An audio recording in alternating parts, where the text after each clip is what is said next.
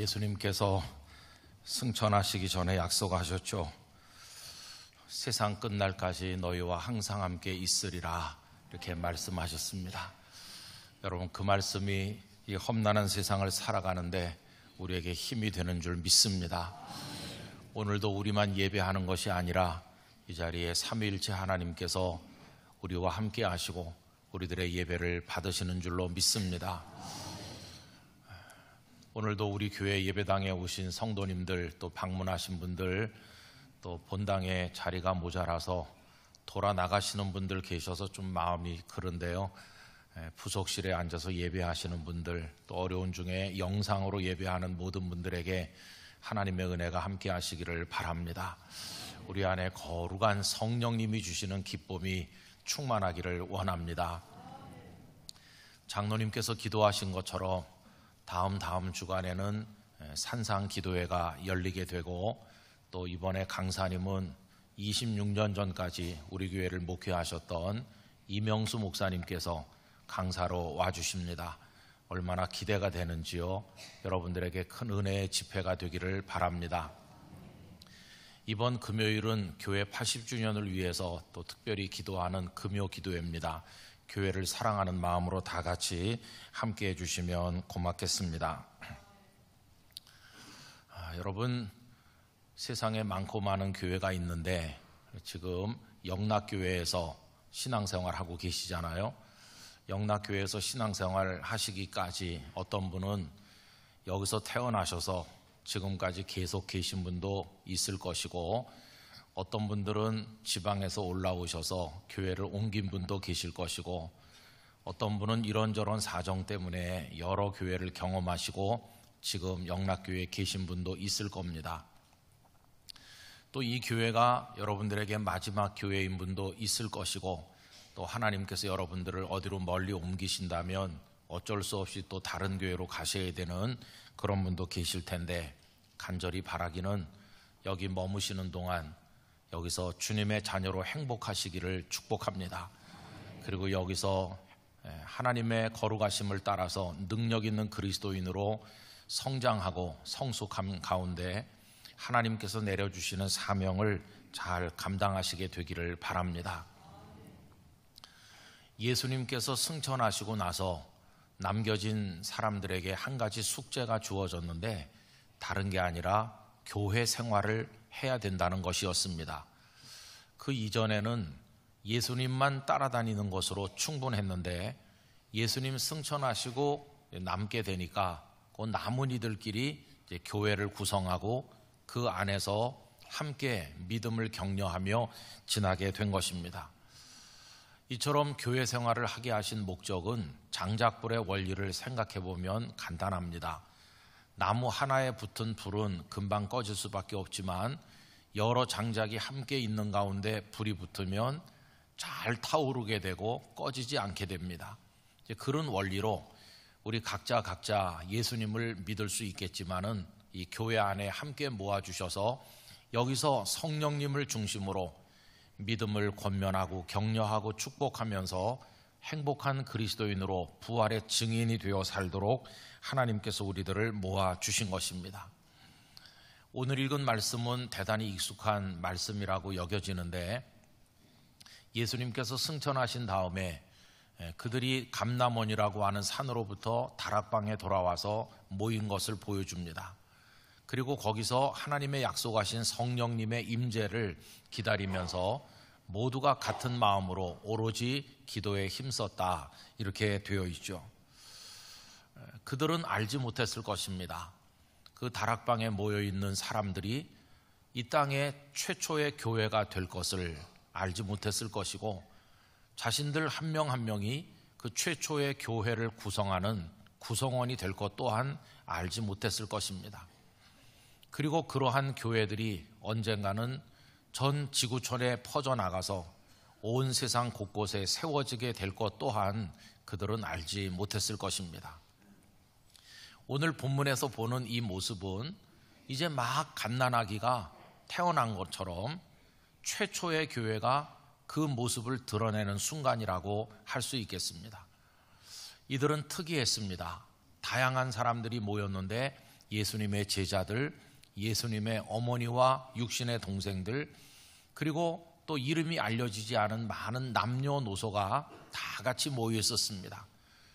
그들 중에는 갈등도 없었고 모두가 한 마음이 되어서 함께 사랑하고 함께 부르짖어 기도하면서 성령님의 임재를 기다리고 있었고, 그들은 후에 함께 나가서 예수님의 부활을 증언하는 증언 공동체가 되었습니다. 여러 가지로 미숙하지만 이제 막 그 모습을 드러내는 하나님의 첫 번째 교회의 모습이 오늘 본문에 나와 있는 것이죠. 그 이후로 2000여 년 세월이 흐르는 동안에 복음이 전 세계 곳곳으로 전파되었고, 복음이 가는 곳에는 의뢰이 주님의 교회들이 세워졌고, 그 중에 하나가 영락교회인 것입니다. 오늘 우리는 영락교회에 소속이 되어 있고, 그리고 여기서 오늘도 너무도 당연한 듯이 영락교회 성도들이 모이는 이 예배당에 아침부터 준비하셔서 지금 이 자리에 모여 있는 것입니다. 여러분, 여기서 드리는 경배가 하나님께 연락이 되고 하나님 내려주시는 은혜와 축복이 우리 성도님들에게 가득하고 여기 있는 동안 행복한 그리스도인으로 살아가시게 되기를 다시 한번 축원합니다. 그런데 여러분, 마음 아픈 문제가 있습니다. 그것은 뭐냐 하면은 현실 속에서 많은 성도들이 교회로 인해서 상처를 받고 교회 때문에 시험에 빠지고 교회 때문에 눈물을 흘리는 이들이 많이 있다는 게, 그게 바로 문제입니다. 주께서 교회를 세우실 때는 그런 것을 생각하시면서 세우지는 않으셨을 텐데, 이 교회가 순기능을 잘 하지 못하고 오히려 성도들이 신앙에 집중하지 못하고 주님을 바라보지 못하게 만드는 역기능을 하면서 많은 이들이 상처를 받고 있습니다. 그러다 보니까 많은 사람들이 하는 말이 초대교회로 돌아가야 돼, 그렇게 말합니다. 여러분, 그 말에 전적으로 저도 공감합니다. 현실 교회가 주는 아픔들이 크다 보니까 이 성경이 보여주고 있는 초대교회로 돌아가자고 말하는 거겠죠. 근데 이렇게 말할 때 우리는 몇 가지 생각해 볼 게 있습니다. 우선 돌아간다는 용어는 조금 옳은 용어는 아닙니다. 왜 그러냐 하면, 돌아간다고 말하려면 어떤 사람이 본래 그곳에 있었는데 잠깐 떠났다가 다시 그곳으로 갈 때 그걸 돌아간다고 하는 거죠. 그런데 우리는 지금 21세기에 살고 있으면서 예루살렘 교회에 참여해 본 적이 없습니다. 초대교회 그러면 예루살렘 성도들로 이루어진 오늘 본문에 나오는 이 교회로부터 길게 잡으면 로마 제국이 있었을 그 4세기까지 그 고대 시대 교회를 초대교회라고 부르는데, 우리는 거기 있어 본 적이 없으니까 돌아간다는 표현은 조금 어폐가 있고, 그래서 달리 말한다면 초대교회를 배우자라든가 초대교회를 담자라고 말하는 것이 옳겠습니다. 또 더 중요한 문제가 있는데, 초대교회로 돌아가자든지 뭐 담자고 하든지 어쨌든 그렇게 말할 때 그 속에는 초대교회가 오늘의 교회보다 훌륭하다고 하는 전제가 깔려 있는 거 아니겠습니까? 그런데 세상의 많은 일들이 처음에는 부족한 게 많고 미숙한데 시간이 흐름에 따라서 점점 채워지고 완전하고 아름다워지는 게 아니겠어요? 그런 생각을 해본다면은 초대교회보다 오늘의 교회가 오히려 더 많은 걸 갖췄고 많은 게 채워져 있는 게 아닌가, 초대교회보다 더 훌륭한 게 아닌가 하는 생각도 할 수 있는 게 아니겠습니까? 그래서 여러분, 우리는 초대교회와 오늘의 교회를 놓고 비교해 볼 필요도 있겠다 하는 것입니다. 여러분, 여기서 초대교회, 오늘의 교회라고 할 때 공동체를 두고 하는 말인데요, 저는 오늘 말씀을 나누는 우리가 이걸 우리 개인에게도 적용할 수 있다고 생각합니다. 초대교회와 오늘의 교회를 비교한다라고 하는 말을 바꾸면, 초대교회를 구성했던 우리 선배 그분들 한 분 한 분의 믿음과 오늘의 교회를 구성하고 있는 나의 믿음을 비교한다, 이렇게 이해하셔도 좋겠습니다. 공동체 차원에서 말하든 우리 개인 차원에서 말하든 결국은 같은 말이 될 것이기 때문입니다. 여러분, 초대교회와 오늘의 교회를 비교하면 어떻게 말할 수 있을까요? 부산에 있을 때 장로님, 안수 집사님, 권사님들이 몽땅 교회 탐방을 갔던 적이 있습니다. 우리 영락교회는 수가 너무 많아서 불가능한 일이지만 그때는 버스 몇 대면 가능했습니다. 부산을 출발해서 몇 시간 달려서 처음에 방문한 교회는 굉장히 부족한 게 많은 교회, 예배당도 형편없고 냉난방 시설도 제대로 돼 있지 않아서 여름에는 수건 없이 예배드릴 수 없고 겨울에는 껴입지 않으면 예배드리기 어려운 그런 교회였습니다. 그렇지만은 성도들이 봉사하는데 그리고 복음을 전파하는 선교하는 일에 모든 걸 쏟아붓고 있는 특별한 교회였습니다. 거기 가서 교회를 탐방하는 동안에 성도들의 얼굴이 다 큰 은혜를 받은 얼굴이었고 깊은 감동이 있어서 이구동성으로 우리도 이 교회처럼 해야 된다고들 말씀을 하셨어요. 거기서 이제 그 다음 교회까지는 한 2시간 정도 버스로 더 이동을 해야 됐는데 버스 안에서도 전부 다 똑같은 말씀을 하시면서 그 처음 교회에서 받은 감동이 아주 큰 것처럼 보였습니다. 드디어 두 번째 교회를 갔는데 두 번째 교회는 처음 교회와는 정반대였습니다. 아주 웅장한 예배당을 완공한 지 얼마 되지 않은 교회여서 최첨단 설비가 되어 있고 주차장이 근사하고 냉난방 시설을 비롯해서 음향이며 등등이 정말 깜짝 놀랄 정도로 잘 해놓은 그런 교회를 방문하였습니다. 이번에는 감동보다는 좀 놀라는 눈치였습니다. 그날 저녁에 모처에 가서 하룻밤을 자면서 교회를 두고 여러 가지 세미나도 하고 기도도 하게 되었는데 그 세미나 시간에 제가 여쭤봤습니다. 오늘 대조적인 두 교회를 방문했는데 우리 장로님, 안수 집사님, 권사님들은 선택이 가능하다면 그 두 교회 중에서 어느 교회를 다니시고 싶습니까? 저는 첫 교회에서 워낙 큰 감동들을 받았기 때문에 다 그 첫 교회에 가고 싶다고 말할 줄 알았습니다. 그런데 놀랍게도 첫 번째 교회 가겠다는 사람이 단 한 명도 없었습니다. 모두가 다 냉난방 잘 된 교회 다니고 싶어요. 주차장 넓은 교회 다니고 싶어요. 제가 그날 그걸 보면서 초대교회로 돌아가자든가 담자든가 말은 하지만 현실이 되면 돌아갈 사람 별로 없겠다, 그런 생각이 들었습니다. 다락방에는 냉난방이 없거든요. 그 마가의 다락방엔 냉난방이 없어요. 영락교회는 난방, 냉방 다 있어요. 어디로 가시고 싶으세요? 여러분, 초대교회와 오늘의 교회를 비교해 볼 때 그 초대교회는 부실한 게 많습니다. 없는 게 너무 많아요. 우선 치명적인 것 몇 가지를 말해보면은 우리가 당연하게 생각하는 이 예배당이 그분들에게는 없었습니다.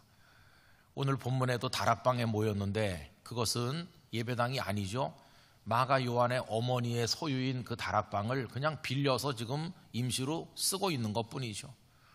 또 읽어보면 빌레몬의 집이라든지 아굴라 프리스길라 부부의 집에 성도들이 모여서 그 가정의 집에서 요즘에 구역 예배 드리듯이 그렇게 그냥 불편한 대로 모인 겁니다.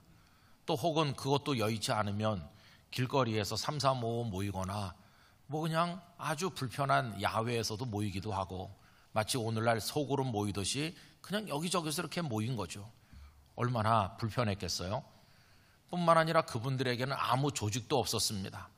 우리는 지금 다양한 조직이 있어서 사역을 감당하고 있지만 그분들에게는 뭐 재직회도 없고 당회도 없고 아무것도 없고 교회가 어려울 때 도와줄 노회나 총회도 없고 그냥 각자가 예수님을 이렇게 배우는 그것밖에 없었던 거죠.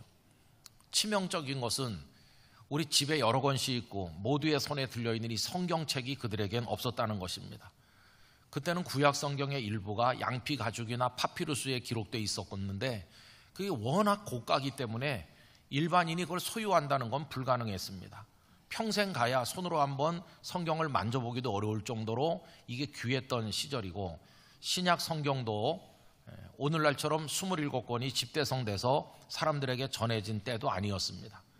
그때는 그저 구전으로 입에서 입으로 예수님께서 이런 말씀을 하셨습니다. 들은 사람이 또 그 다음 사람에게 말하고 그러다가 나중에 복음서 저자들이 마태, 마가, 누가, 요한복음을 기록하게 됐고 그리고 사도 바울의 서신을 비롯한 많은 서신들도 그 편지를 받은 교회들과 그 주변 사람들만 알고 있는 것이 모두가 다 알고 있는 것도 아니었습니다. 그걸 복사를 해가지고 옆에 교회가 있고 또 필사에서 또 있고 뭐 그렇게 조금씩 퍼져나가던 그런 때가 그 초대교회의 모습이죠. 그런데 여러분, 우리는 얼마나 지금 이 성경책을 다 가지고 하나님 말씀 풍성하게 가지고 있습니까? 또 그분들에게는 반대로 없어야 될 것은 또 있었습니다. 그게 뭐냐 하면 극심한 핍박과 환난, 없으면 좋을 것 같은 게 그들에게는 또 있었죠. 그래서 예수님을 믿는다는 한 가지 이유 때문에 그들은 말할 수 없는 고통을 겪어야만 했는데 집에다가 방화하고 무차별로 린치를 가해서 폭행을 가하고 그리고 공직에서 직장에서 그들을 추방하고 재산을 몰수하고 두들겨 패다가 감옥에 집어던지고 마지막에는 원형 경기장에 끌려나가서 짐승의 밥이 되기도 하고 순교해야 되는 그런 극심한 핍박과 환난이 초대교회에 있었습니다. 그러다 보니까 그 교회 공동체 안에는 유력한 인물들이 많지 않았어요. 교회 공동체에 몸을 담는다는 것은 삶을 포기하는 거나 마찬가지고 세상에서의 성공을 다 버리지 않으면 불가능했기 때문에 세상에서 성공한 사람들은 교회에 들어오지 않았습니다. 그냥 어렵고 힘든 이들이 주로 많이 있었고 세상에서 힘 있는 사람들은 교회의 적이었지 교회 안에 들어오기를 다 꺼려했던 이게 초대교회의 모습이었어요. 여러분, 이렇게 초대교회의 모습을 몇 가지 대충 얘기하고 나서 우리 다시 물어봐야 되는 거죠. 그래도 초대교회로 가고 싶은지, 그 교회를 배우고 싶은지 이렇게 질문하면 아마 답하기가 쉽지는 않을 것입니다. 그런데 여러분, 초대교회가 그런 줄 몰라서 초대교회를 담자 이렇게 말한다면 모르겠지만은 초대교회 형편이 그렇게 어렵고 열악하고 없는 게 많은 걸 뻔히 알면서도 그래도 나는 오늘의 교회보다 초대교회로 가고 싶어요, 배우고 싶어요, 담고 싶어요 라고 말한다는 건 그건 무슨 뜻이겠습니까? 그렇게 어려운 걸 알면서도 그렇게 말한다는 거는 오늘 이 땅에 있는 교회들이 주님을 믿는데 아무 도움이, 별 도움이 안 되기 때문에 그렇게 말하는 거 아닐까요? 고난을 받더라도 나는 초대교회를 선택하겠어요. 이건 역으로 말하면 이 땅에 산재해 있는 오늘의 교회들이 그만큼 교회답지 못하거나 신앙에 별 도움이 안 되고 있다고 하는 걸 증명하는 거 아니겠습니까? 그래서 초대교회를 자꾸 이야기할 때마다 우리는 너무나 섭섭하지요. 오늘의 교회들의 영적인 현실이 초라해 보이기 때문인 것이죠. 여러분, 초대교회에 비해서 오늘의 교회들은 가진 게 참 많아요. 아까 그 초대교회가 못 가진 걸 뒤집으면 오늘의 교회들이 가진 게 됩니다. 그분들은 예배당도 없었는데 오늘 교회들은 뭐 개척교회든지 오래된 교회든지 간에 크든지 작든지 어쨌든 뭐 자기 교회든지 상가 세를 얻었든지 간에 예배 처소를 다 가지고 있어요. 예배당이라는 걸. 근데 여러분, 이 건물이라고 하는 거는 참 장점과 단점이 있죠. 건물이 있으면 예배를 마음껏 드리니까 좋은데 반대로 그거를 만들거나 얻기 위해서는 재정이 필요하고 또 재정을 가지고 그걸 준비를 하고 나면 그 다음에 그걸 유지 보수 관리하기 위한 수고가 필요하죠. 또 그걸 맡을 조직이나 사람이 있어야 됩니다. 또 초대교회 분들은 아무 조직도 없다고 그랬는데 우리는 뭐 당회도 있고 재직회도 있고 노회도 있고 총회도 있고 이런 조직이 있고 우리 영락교회만 해도 사역에 따라서 다양한 재직부서 뭐 교회학교 뭐 다 있어가지고 역할을 감당하잖아요. 근데 이것도 쉬운 건 아닙니다. 왜 그러냐 하면 그 조직이 움직이려면 거기 맡은 사람들을 세워야 되고 이 사람을 세우는 것도 어려운 일이고요. 또 뿐만 아니라 그 조직 속에 어떤 분을 이렇게 세웠을 때 그분이 어떤 원칙과 원리로 이걸 가동하고 움직여야 되는지 그걸 규정하는 규칙 내지는 뭐 정관 뭐 이런 거 또 그런 걸 또 만들어야 되는데 이것도 간단한 게 아니죠. 여러분, 그뿐이 아닙니다. 또 교회들이 다 모이면 노회가 되기도 하고 총회가 되기도 하는데 교회 하나를 건강하게 유지하기도 어려운데 수백 개, 수천 개, 우리 교당 같은 경우는 만여 개 교회가 이렇게 하나로 모이면은 이걸 어떻게 어떤 방향으로 건강한 영적 원리를 따라서 이끌고 나가겠습니까?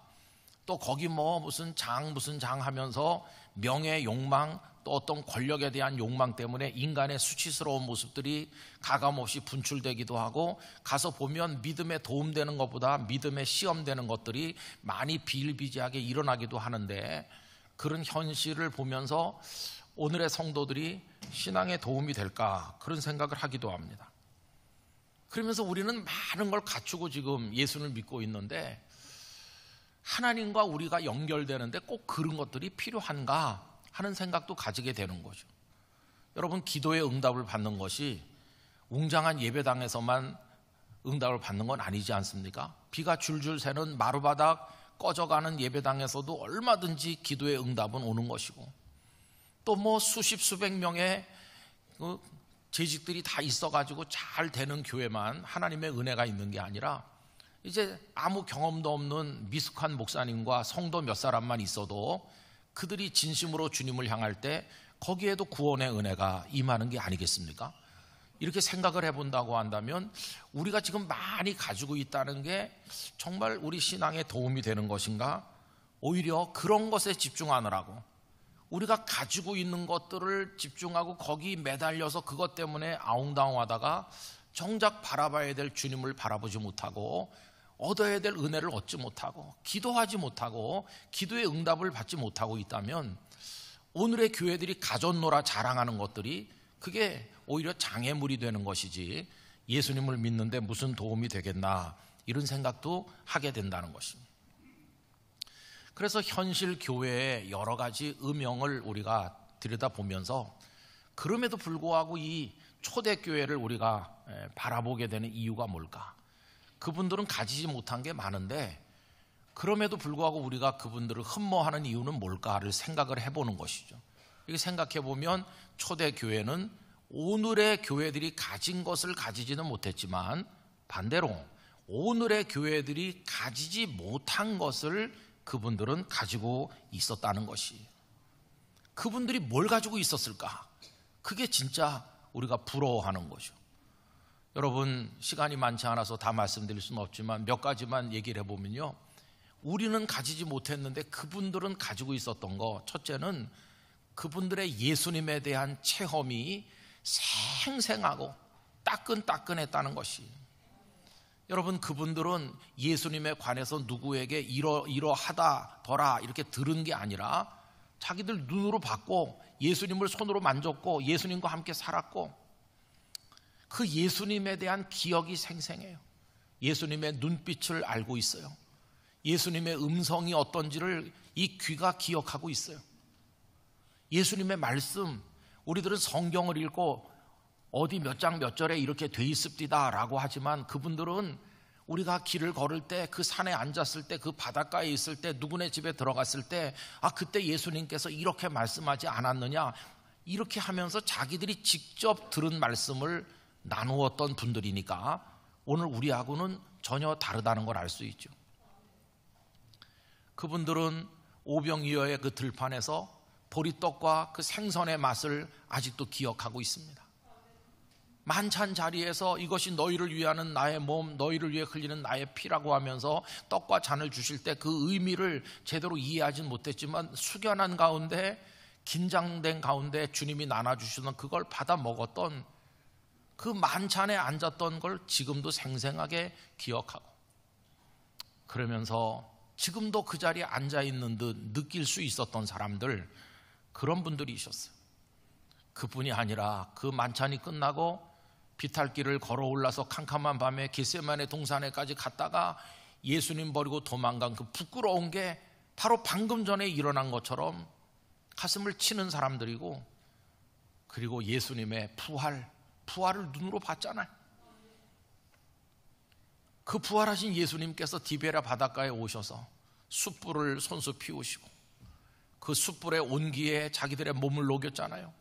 그 숯불의 온기가 지금도 느껴지는 듯하고, 거기 구웠던 떡과 생선이 아직도 입안에 있는 것처럼 여겨지는 예수님에 대한 기억과 체험이 생생했어요. 예수님이 지금 옆에 바로 계신 것처럼. 그리고 마지막으로 본 건 예수님께서 하늘로 승천하시는 것이었어요. 오늘 부른 찬양이 승천인데 예수님이 승천하시는 거예요. 그거 보고 지금 막 다락방으로 돌아온 거예요. 여러분, 예수님에 대한 체험이 얼마나 생생했겠습니까? 여러분, 그게 우리가 가지지 못한 거예요. 그분들은 그걸 알고 있었어요. 그래서 예수님의 제자 사도 요한은 요한일서 1장 1절에서 이런 식으로 말했습니다. 태초부터 있는 생명의 말씀, 태초부터 있는 생명의 말씀은 예수님을 가리키는 건데, 예수님에 관하여는 우리가 들은 바요, 직접 들었어요. 눈으로 본 바요, 직접 봤어요. 자세히 보고 우리의 손으로 만진 바라. 요한은 그런 분이에요. 오늘 이 요한일서 1장 1절을 현대인의 성경으로 읽어드리면 이렇습니다. 세상이 창조되기 전부터 계신 생명의 말씀이신 그리스도에 대하여 우리는 들었고 우리 눈으로 똑똑히 보았으며 손으로 직접 만져보았습니다. 제가 저 뒤에서 인사하고 있으면 어떤 권사님들 오셔서 목사님 악수하고 가려고요, 이렇게 악수하는 분들. 근데 여러분, 우리끼리 악수해도 그런데 주님을 만져보니 요한은 예수님의 품에 기대 누워있기도 했던 사람이에요. 예수님에 대한 기억이, 체험이 생생하잖아요. 또 이 초대교회에는 지난주일에도 말씀드린 것처럼 부활의 기쁨이 충만했습니다. 부활의 기쁨. 예수님이 부활하셨다. 그게 조금 전에 자기들이 본 거예요. 주님이 부활하셨고 그렇게 됐으면 하는 기대도 아니고 상상도 아니고 현실 속에서 부활하셨고 예수님 생선을 드시기도 하셨고, 그러면서 놀랍게도 예수님 부활하신 것처럼 우리도 부활한다 이렇게 생각하니까 여러분, 그 감격은 이루다 말할 수가 없는 거예요. 우리 사랑하는 가족들이 병원에서 투병하시고 하다가 세상 떠날 때 얼마나 슬픕니까? 우리 장례를 하면서 울고 불고 합니다. 그런데 내 사랑하는 어머니 아버지가 다시 살아 일어난다고 상상을 해보세요. 이게 어마어마한 일이잖아요. 제자들 속에는 부활의 기쁨, 그 소망이 충만했어요. 그 다음에 그들 속에는요, 예수님을 곧 다시 만난다고 하는 기대가 꽉 차 있었어요. 예수님 승천하시면서 올라가심을 본 그대로 다시 오시리라.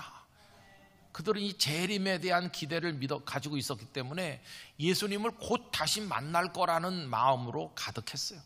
비록 지금 로마의 압제를 받고 헤롯 왕 같은 그 가문에 의해 지배를 받고 우리가 어려운 처지에서 핍박을 받고 있지만 괜찮아, 병들어도 가난해도 괜찮아, 조금만 있으면 예수님 다시 만날 텐데 무슨 걱정인가. 그들은 그런 소망으로 살고 있었어요.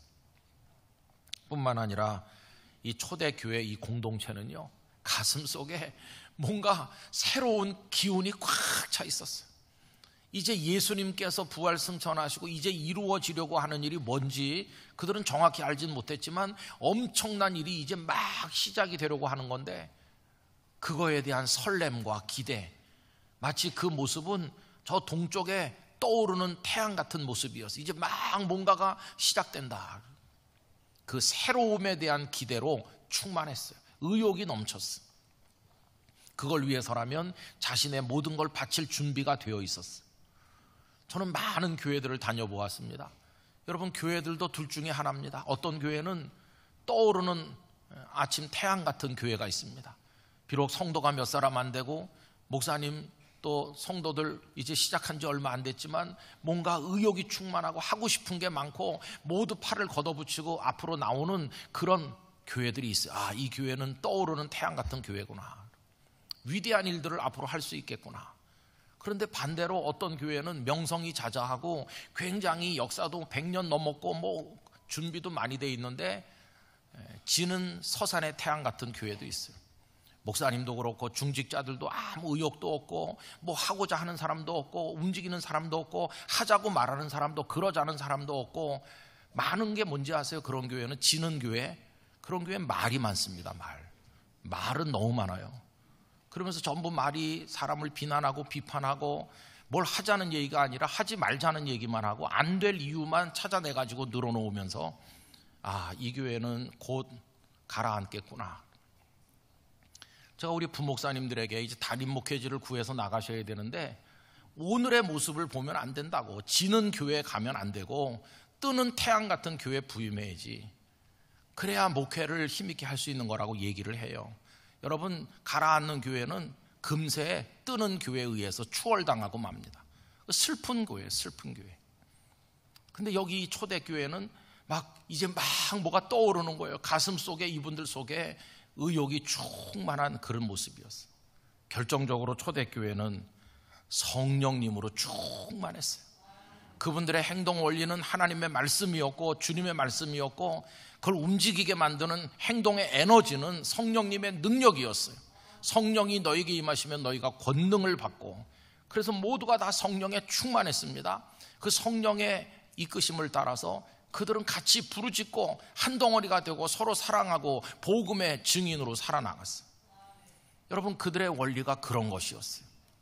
그래서 초대교회는 우리가 가진 것을 가지지 못했지만 그분들은 정말 교회를 교회되게 만들고 성도를 성도되게 만드는 위대한 것들, 그 본질적인 것들을 가지고 계셨다는 것을 우리가 알게 되는 것이죠. 이제 우리는 마지막으로 질문해 봐야 됩니다. 자, 그렇다면 오늘 이 땅의 그 많은 교회들 중에 하나로 하나님이 세우신 영락교회는 무엇을 가지고 있으며 무엇을 가지지 못하고 있는지를 아주 냉정하게 물어봐야 되는 것이에요. 특별히 초대교회와 비교해서 그분들이 가지고 있었던 것들 중에서 영락교회가 가지지 못한 게 뭘까? 이걸 질문하면서 우리 영락교회 내년에 80년인데 뜨는 교회인지 서산 너머로 가라앉는 교회인지 생각을 해봐야 되는 것이에요. 저는 오늘의 말씀에 근거해서 몇 가지 소망을 이렇게 이야기하고 싶습니다. 비록 우리가 육체적으로 그 예수님과 더불어 같이 있었던 이분들하고는 다르고 우린 21세기에 살고 있지만, 그럼에도 불구하고 우리 영락교회 성도들이 주님의 은혜를 생생하게 체험하시기를 축원합니다. 주님의 은혜를 갈망하시기 바랍니다. 사모하며 기도하시기 바랍니다. 주님이 나를 사랑하신다는 거, 내게 은혜를 주신 거, 나를 새롭게 만드신 걸 갖다 다 기억하시기를 바랍니다. 내가 주님을 육의 눈으로는 못 봤지만 내 영으로 보았습니다. 내가 주님을 손으로는 만져보지 못했지만 내 인생의 고난 속에서 주님이 나를 사랑하신다는 걸 내가 맛을 보았습니다. 주님은 나의 주님이시고 주님은 지금도 나와 함께 계십니다. 제자들처럼 하진 않았지만은 나 주님 알고 주님의 사랑도 알고 내가 주님의 은혜를 생생하게 기억하고 있습니다. 나는 지금도 주님과 함께 있습니다. 여러분, 이 주님의 은혜에 대한 기억과 체험이 생생한 그 날마다 새로운 성도들 되시기를 간절히 축원합니다. 그리고 여러분, 주님을 만날 그때를 이분들처럼 우리도 사모하길 원합니다. 주님이 재림하셔서 만나든지 이제 자투리 시간 조금 살고 우리가 떠남으로써 하늘나라에 가서 주님을 만나든지, 주님을 만날 그 시간을 사모하며 삶의 중심을 거기다 두고 살아가시기를 바랍니다. 이 땅에서 영원히 살 것처럼 어리석은 생각을 이제 우리 하지 말고, 오늘 여기에 함몰되어 살지 말고, 오늘 여기 살지만 삶의 목적을 주님 만나는 그 주님의 보좌 앞에 이르는 그때에다 두고 그때를 위해서, 그때를 기다리면서 우리가 이 땅을 살아가게 되기를 원하는 것입니다. 그리고 저는 영락교회가 저 동력 하늘에 떠오르는 태양같이 되기를 원합니다. 그런 교회가 돼야 됩니다. 모든 성도들이 3, 4, 5 모이면 교회의 미래를 내다보며 소망을 품어야 되는 것이에요. 우리가 다 같이 해봅시다 이렇게 말해야 되는 것이에요. 안 될 이유가 1000가지 있어도 될 이유 하나를 찾아내기 위해서 기도하는 성도들이 되기를 간절히 바라는 것입니다. 우리 영락교회에 주신 많은 과거의 아름다운 전통과 훌륭한 사역들이 있지만은 거기에 매달려가지고 제자리 걸음하면 안 되고 올해 교회 표어처럼 올라가는 교회가 돼야 되는 것입니다. 모든 성도들이 새로운 꿈을 꾸고 다 팔을 걷어붙이고 제가 해보겠습니다, 이런 열정을 가지고 달려가는 젊은 교회가 되기를 간절히 원합니다. 무엇보다 우리 교회가 성령님으로 충만하기를 원합니다. 목회자들, 장로님들, 집사님, 권사님 할 거 없이 다 하나님의 영에 사로잡혀야 되는 것이죠. 우리가 무엇을 하기로 한다면 그걸 회의에서 막 억지로 짜내가지고 하는 게 아니라 하나님의 영이 인도하심에 따라 하기를 원합니다.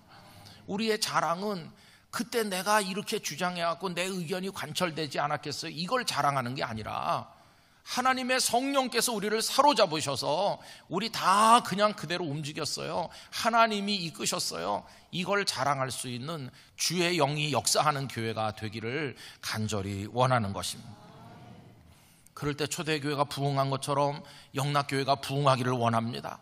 많은 성도들이 함께 예배하고 그 에너지를 가지고 이 땅에 불쌍한 사람을 돕고 복음을 증거하고 해외며 국내며 어디든 할 것 없이 예수 그리스도의 부활의 증인으로 살아가는 위대한 교회가 되기를 간절히 원하는 것입니다. 다 한마음이 되어서 서로 사랑하고 용서하고 서로 격려하고 남을 나보다 낫게 여기면서 성령님의 이끄심을 따라 성령이 충만해서 사모하는 이에게 갖가지 은사들을 주실 때 우리 영락의 성도들이 성령님의 역사를, 그 은사들을 체험하시게 되기를 간절히 기원하는 것입니다. 그래서 영락교회가 그 초대교회보다 2000여 년 뒤에 있지만 시간과 공간을 초월해서 마치 우리가 그 예루살렘 교회에 참여하고 있는 것처럼, 우리 영락교회가 그 예루살렘 교회의 일부인 것처럼 그분들이 가진 아름다운 것들을 우리가 가지고 오늘 우리가 가진 것 때문에 장애받는 것 그거 다 뛰어넘고 이제는 그런 걸림돌들을 뛰어넘어서 오직 하나님의 영광을 위해 함께하는 멋진 교회, 멋진 성도가 되시기를 간절히 원하는 것입니다. 영락교회는 더 성경적인 건강하고 능력 있는 아름다운 오늘의 초대교회가 되기를 기원합니다. 여러분 한 분 한 분은 그 안에서 능력 있는 그리스도인으로 행복한 성도로 살아가시기를 간절히 축원합니다. 기도하겠습니다. 존귀하신 아버지 하나님, 초대교회와 오늘의 교회를 생각해 볼 때 하나님 저희들에게 깨닫게 하시는 바가 많습니다. 가진 것들이 걸림돌이 되는 어리석은 자리에서 벗어나게 하시고 초대교회가 가졌지만 저희가 가지지 못한 게 무엇인지 생각하며 신앙의 본질에 매달리는 우리 영락교회, 이 땅의 교회들 되게 하여 주옵소서. 교회들은 다 아름답게 일어나게 하시고 성도들은 다 행복한 능력 있는 그리스도인 되게 하여 주시옵소서. 예수님 이름으로 기도드리옵나이다. 아멘.